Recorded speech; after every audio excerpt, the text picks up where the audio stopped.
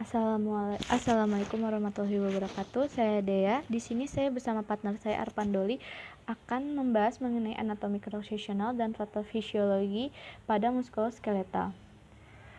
Muskuloskeletal sendiri terbagi menjadi dua arti, yaitu muskulus atau disebut juga otot, merupakan alat gerak aktif karena mampu berkontraksi sehingga mampu menggerakkan tulang atau rangka. Sedangkan skeletal merupakan rangka tubuh, yaitu alat gerak pasif. Di sini saya akan menjelaskan mengenai sistem muskuler. Yang pertama yaitu otot rangka secara individu terpisah dari otot-otot lain dan diikat oleh lapisan jaringan ikat fibrosa yang dikenal fascia.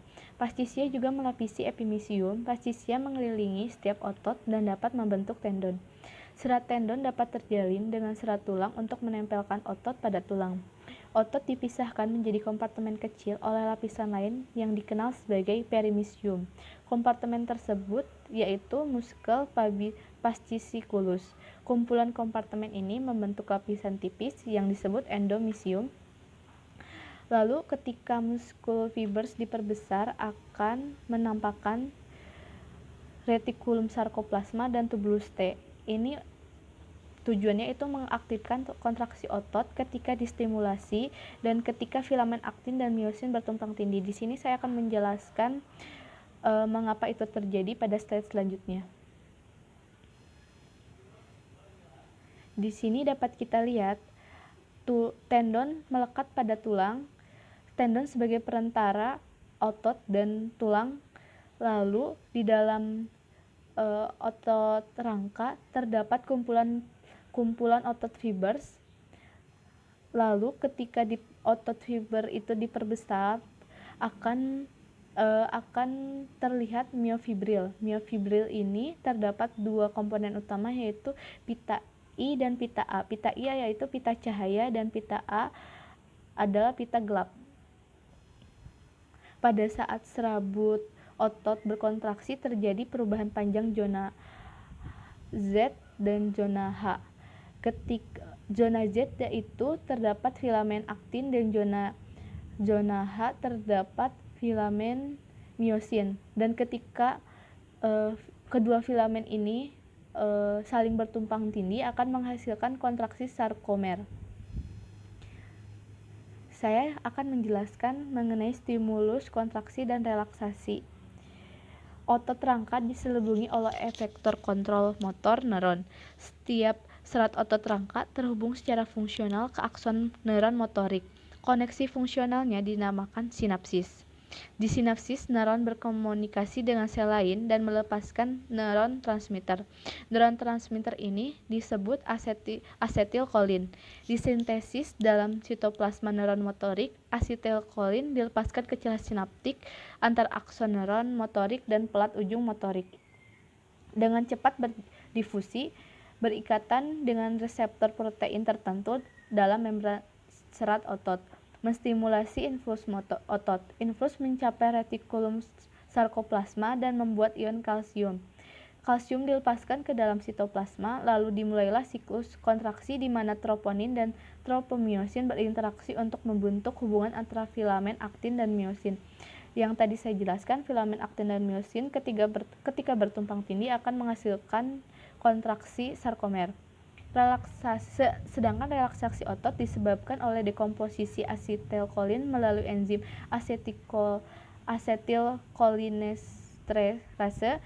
Ketika stimulus berhenti, ion kalsium diangkut kembali ke retikulum sarkoplasma, hubungan aktin dan miosin pecah sehingga otot menjadi rileks. Terdapat otot-otot pada leher.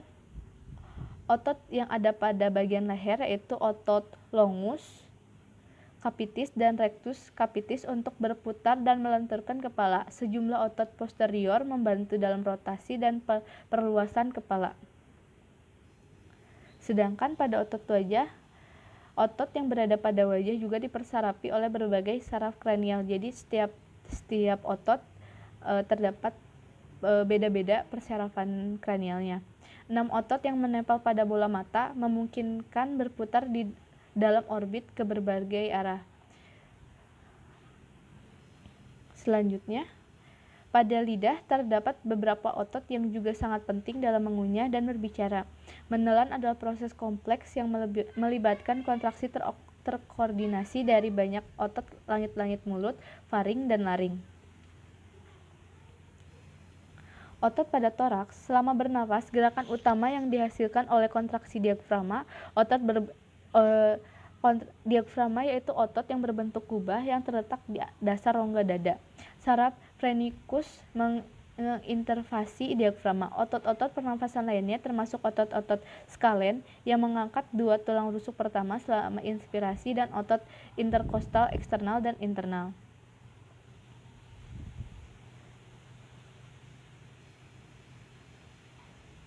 Kecuali otot trapesius, semua dipersarapi oleh tulang belakang. Otot trapesius menerima persarafan dari saraf kranial 11, saraf aksesoris tulang belakang, otot pectoralis major dan latissimus dorsi untuk menempelkan lengan ke bagian toraks.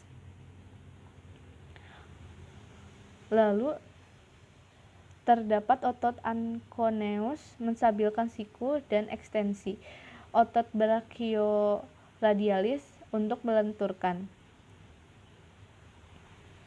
Ini adalah otot pada ekstremitas atas.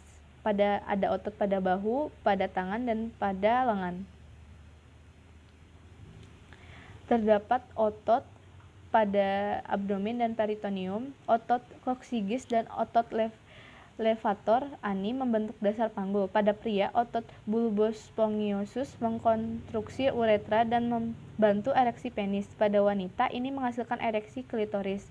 Lubang saluran anal dijaga agar tetap tertutup oleh sphincter ani externus, sedangkan otot sphincter uretra menyempit pada uretra. Otot sartorius adalah otot terpanjang dalam tubuh dan melenturkan lutut dan pinggul saat berkontraksi. Otot Achilles adalah otot kuat yang menempelkan otot-otot ke calcaneus.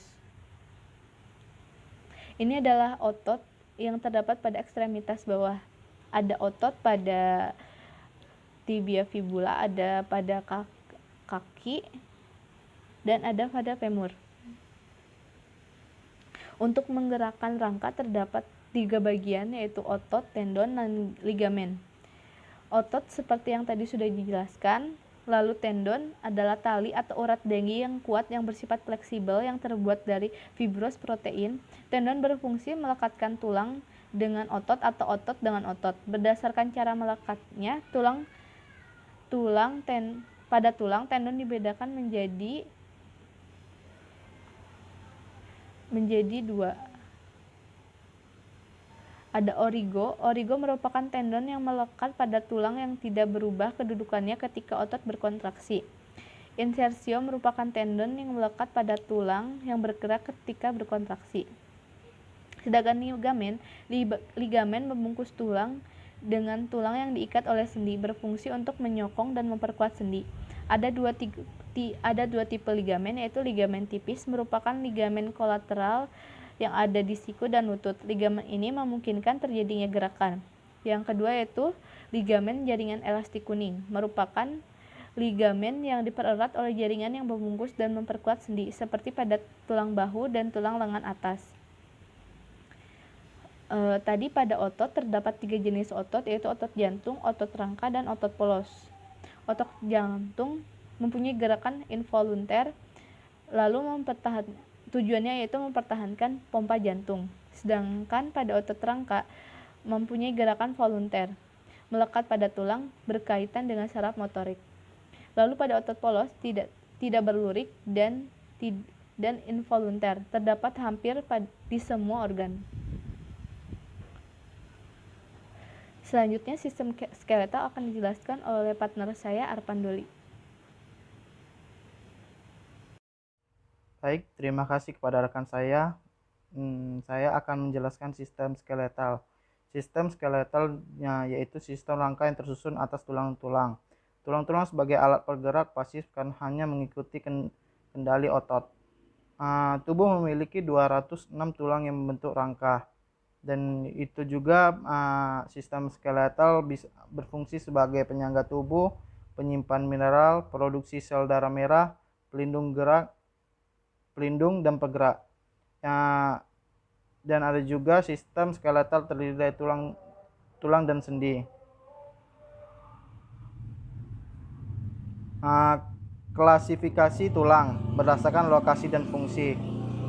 Klasifikasi tulang berdasarkan bentuknya diantaranya yang pertama long bones, lebih panjang daripada lebih panjang daripada lebar, dibentuk sebagai pelengkap. Nah, contohnya fibula, tibia, dan metakarpal. Yang kedua short bones, lebih atau kurang terbentuk seperti kubin, dibentuk di ruang terbatas, contohnya talus dan scaphoid. Nah, yang ketiga flat bones, sebagai pelindung. Nah, contohnya juga sebagai tulang kepala, scapula, dan sternum. Yang keempat irregular bones, bentuknya tidak beraturan, ya contohnya vertebra dan pelvis. Clavicula berdasarkan lokasi dan fungsinya, yaitu tulang biasanya yang pertama tulang rawan. Tulang rawan terdiri dari 3 macam. Yang pertama tulang rawan hyalin bersifat kuat dan elasternat pada ujung tulang pipa. Yang kedua tulang rawan fibrosa, yaitu memperdalam rongga dari cawan-cawan atau tulang panggul dan rongga geonoid dari skapula. Yang ketiga tulang rawan elastik, yaitu terdapat dalam daun telinga, epikloid dan frasis. Dan ada juga tulang sejati. Tulang sejati bersifat keras dan berfungsi menyusun berbagai sistem rangka permukaan luar tulang dilapisi selubang fibrosa. Secara mikroskopis tulang terdiri dari beberapa komponen, yaitu sistem Havers, yang kedua hamela, yang ketiga haluna, yang keempat canaliculi. Ini adalah struktur tulang. Struktur tulang dari gambar ini Anda bisa melihat dari berbagai macam anatominya.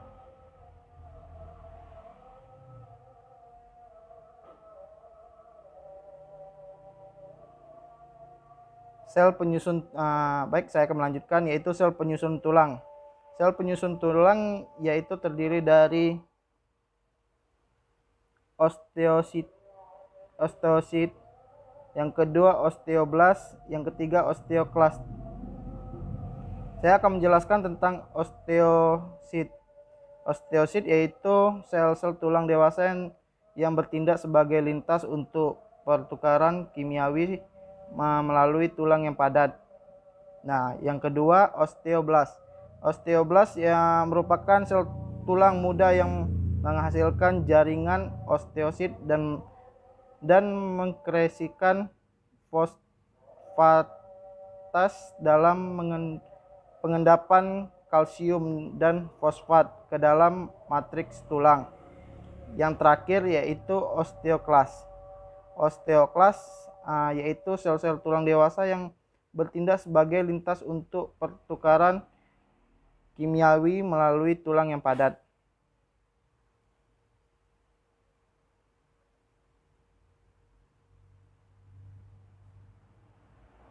Nah, baik, saya akan melanjutkan tentang sendi. Sendi ini terbagi dari beberapa bagian. Yang pertama sinartrosis, sendi mati, seperti tulang tengkorak yang disebut sutura atau disebut suture. Yang kedua amfiatosis, sendi kaku, seperti ruas-ruas tulang belakang, tulang rusak dengan tulang belakang. Yang ketiga diartosis, sendi hidup, contohnya sendi peluru atau disebut dengan tangan dengan bahu. Nah, dan ada juga sendi engsel yang berada di siku, sendi putar yaitu berada kepala dan leher, dan sendi yang terakhir yaitu sendi pelana yang berada di jempol atau di ibu jari. Baik, sekian dari ini, saya akan melanjutkan dengan partner saya yang bernama dengan Dea. Terima kasih.